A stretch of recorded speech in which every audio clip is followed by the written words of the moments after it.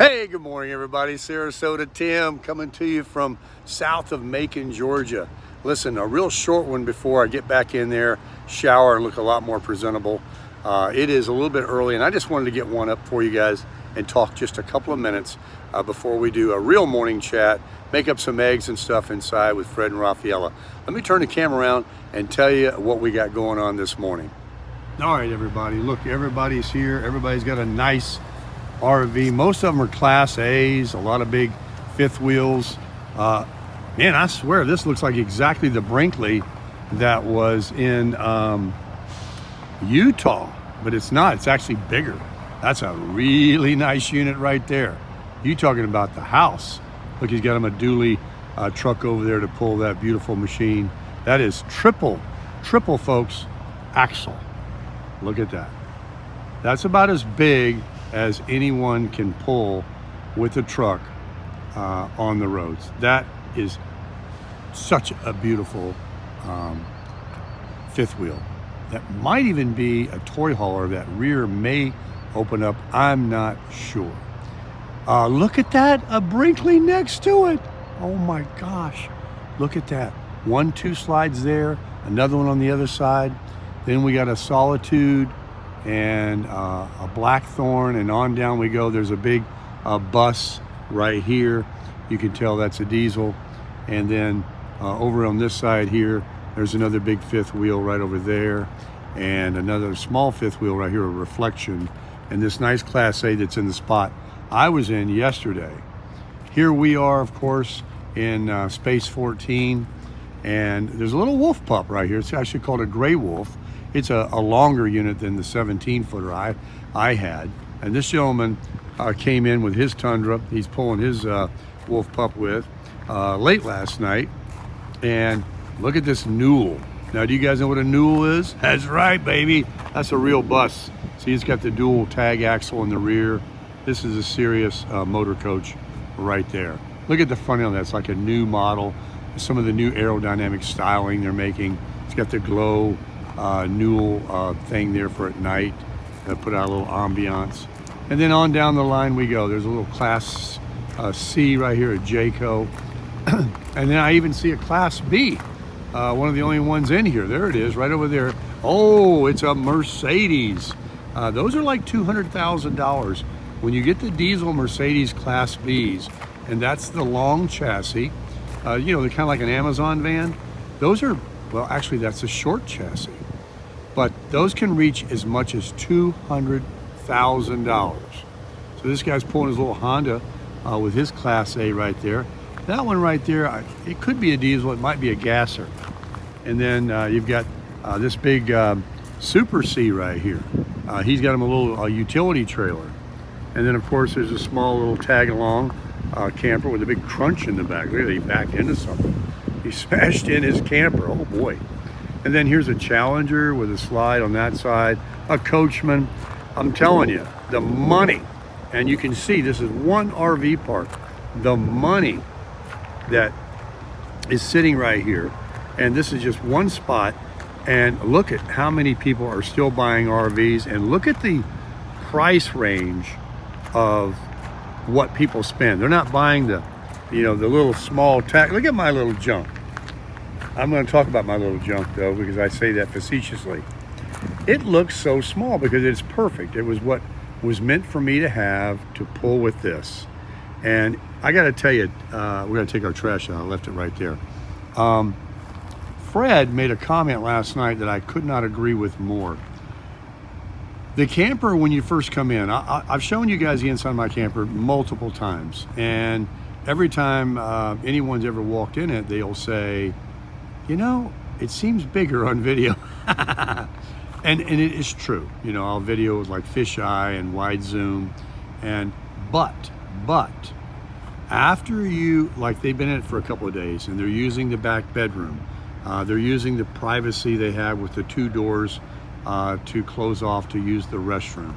And then they're sitting on the theater chairs, and we had the TV on, and you're watching TV. And then Rafaela, the biggest compliment I've ever gotten. She says, you know, this kitchen, she's in there making her way around, man. She is cooking it up. She says, It's as big as my kitchen and they have a 1-1 condo that's 750, 725 square. And, you know, the living room and the kitchen outside, without counting the bathroom and the bedroom in the back, is their whole living area where they, you know, spend most of their lives. She said my kitchen has plenty of workspace, the countertop, and she's able to do whatever she wanted to do. She says, you know, and now after like 3-4 days in this thing, last night we were sitting there talking, and I have a little beach chair. I'm sitting on the floor. That would be the only thing. There's not a really a chair for a third person to sit, but you know, the beach chair is fine. I sit down on that. And they said, you know, you kind of forget that you're in a camper. She said, and they said, both of them, that it's like a little apartment. And what makes it is these two big slides I have on the side over here. See, they're huge. And there's the bedroom slide, you know, back behind it, which makes this thing much wider. And that really, the slides really, when they started putting those in years ago, it really changed the whole dynamic of RVing. And so while it does look compacto, it is truly a little apartment. And 3 of us are in there and we're quite comfortable. I mean, when you go from the bedroom at night and you close the door and you're back there, you know, like I said before, when you go in most RVs, the first thing you see when you walk in the door is a bed.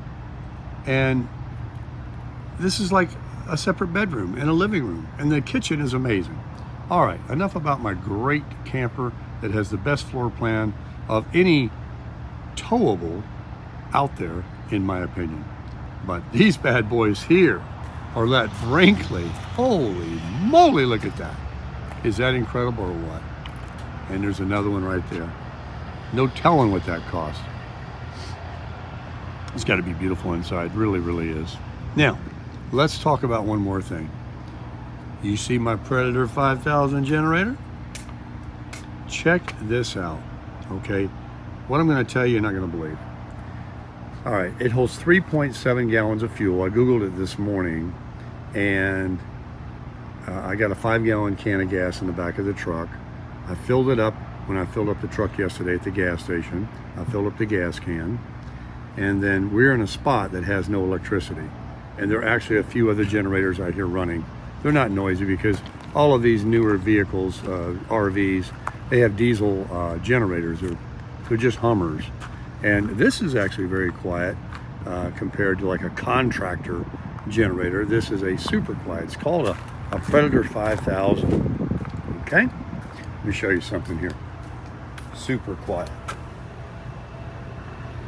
Folks, I bought the 3500, returned it, got the 5000. There was a recall on them, returned it, and then eventually bought the 5000 again. So 3 times recently, I said, you know what? I don't need this. I don't need this. Hurricane season's coming right now in Florida. Excuse me. I can sell this. I'm just going to sell it. I'm trying to lighten my load. I traveled across the country. I didn't really use it much. But, you know, when you need it, you need it. It's definitely good to have. Well, God said, no, son, you're not selling that. There's a big need for that coming for you. Yesterday, folks, I filled that up with gas. We moved from that spot to this spot. I turned it on when we moved into this spot. From noon, I went to bed at 9:30 last night. When I fell asleep, it was still running. And I don't know what time it shut off, 10, 10:30. And then while we were in there yesterday, we had the air conditioning going because it was quite warm yesterday. It's nice and chilly this morning. Can only be a high of 77 today. Beautiful. 56 tonight. But that generator ran all day. The air conditioning kept going off and on when it needed to. When Rafaela cooked the best steak I ever had in my life last night and fried up some steak, she cuts these New York strips in half and makes them thin. They were so good. Seasoned it in white vinegar and salt and pepper and olive oil and blah, blah, blah. They were so good. We had to turn the microwave on, and she was pushing buttons in there and using the appliances like it was free. And that generator never missed a beat.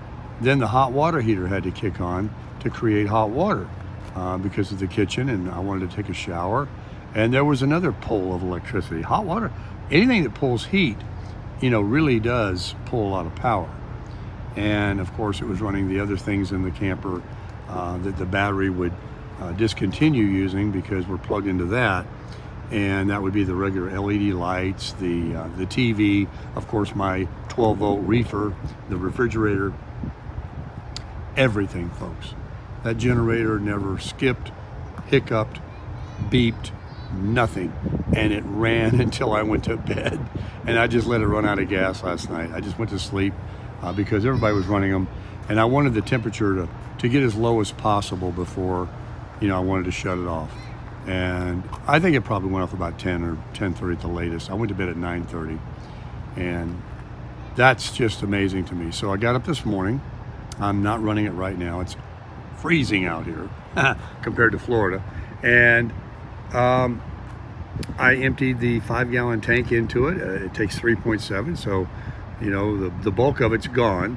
But whatever time I want to run that today, and I'm going to, and I'll tell you why. I wanted to run the reefer, I wanted to run the lights, I wanted to run the hot water heater to save on my propane, which I used this morning, the propane, to heat my water so I could take a shower just as soon as I finish this video, and then we'll do breakfast. But it will run for 12 hours, I know that, once I fire it up this morning. And it also runs on propane, remember. This is a propane / gas generator. So here we are, there's 4 or 5 other folks in here that are in these sites that do not have electric either. And you may not be able to hear, but I hear a couple of generators buzzing. Maybe they're down that way. But anywho, it's just a real godsend to have it. And it's also very cool how the Microlite Flagstaff 25 FKBS also can operate on her own without anything, with the lithium battery I have in the front there and the propane to operate the pumps for the water, the shower, you know, hot water heater, the TV, the refrigerator. And there's solar on the roof back there. It's a small panel, I don't know how many watts it is, to replenish the lithium battery. The only thing it won't do, of course, is to run the air conditioning.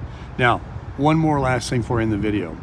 I didn't want to turn the inverter switch on, which I also have, so that I could make a pot of coffee this morning. There's 2 plug outlets in the front of the camper, one over near the seats and one in the kitchen, that you can plug in. Like my 700-watt coffee maker will totally run on the lithium battery under inverter power.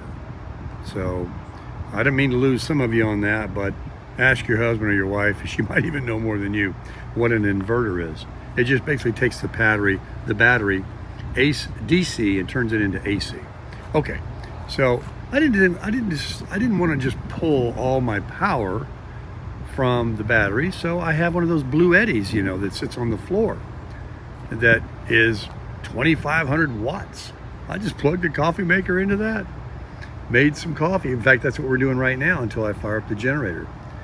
And so basically, for being in a natural disaster, we are in a very nice place. We're not in a rest stop. We're not stuck on I-75 on the side of the road. We have showers, laundry, bathrooms. We have everything that this is a 2024 camper can provide, is any sticks and bricks. We have a wonderful tow vehicle. It's very reliable. That's full of gas. We have a generator, and we have each other. It's just amazing. And I also want to say, folks, that although we have all of that, of course, it isn't free. Everybody in here is paying for their fuel, their rent, their food, and everything to do what they're doing.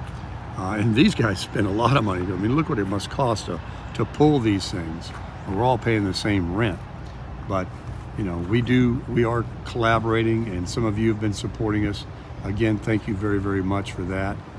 Miss Tori, that runs the RV park, literally came by yesterday and knocked on my door and told me that the gas pumps are going to be shut off soon. They're running out of fuel.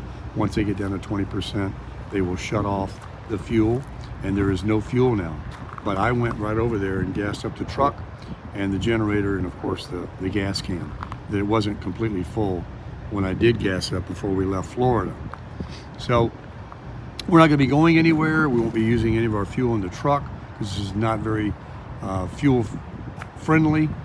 So we will be leaving here hopefully Saturday morning to return to Florida, and hopefully there will be gas that can be procured all the way back to Sarasota. If there is still an issue with gas, we will not leave. We will stay another day because there's no reason to get out there and run out of gas. And so that's it. I'll go ahead and end this video for you. I'm going to put the generator in the backyard back there and point it towards that field of trees. And also, when you run a generator on dirt, it is quieter than it is on cement, and it's already a very quiet thing. And like I said, others are using theirs because there are other RV sites in here that don't have power because of Hurricane Helene that came through here a couple of weeks ago. So everybody, and you know what, I can't even hear mine in my camper. These people certainly can't hear it in their campers. So it's not a big deal. But I'm going to move it to the backyard back there, and it should be even quieter. And so thanks very much for viewing. We're doing very good. We have just accepted the fact, even though we are quite concerned, the hurricane looks like it's got its bullseye right on Sarasota, right over where Fred and Rafaela live. It's a Category 5 right now. They're saying that it might slow down a little bit, but it's not going to be much less. It looks catastrophic. It looks terrible. And this is not good news at all. But we have resolved that what good does it do to worry? What good does it do to, fret about it? Because it is what it is. It's meant, what it's going to happen is going to happen. And we'll go, from there. We have our lives. We have everything I just showed you. And we're very grateful for that. And we also have you. Thanks very much for viewing, everybody. Crush it!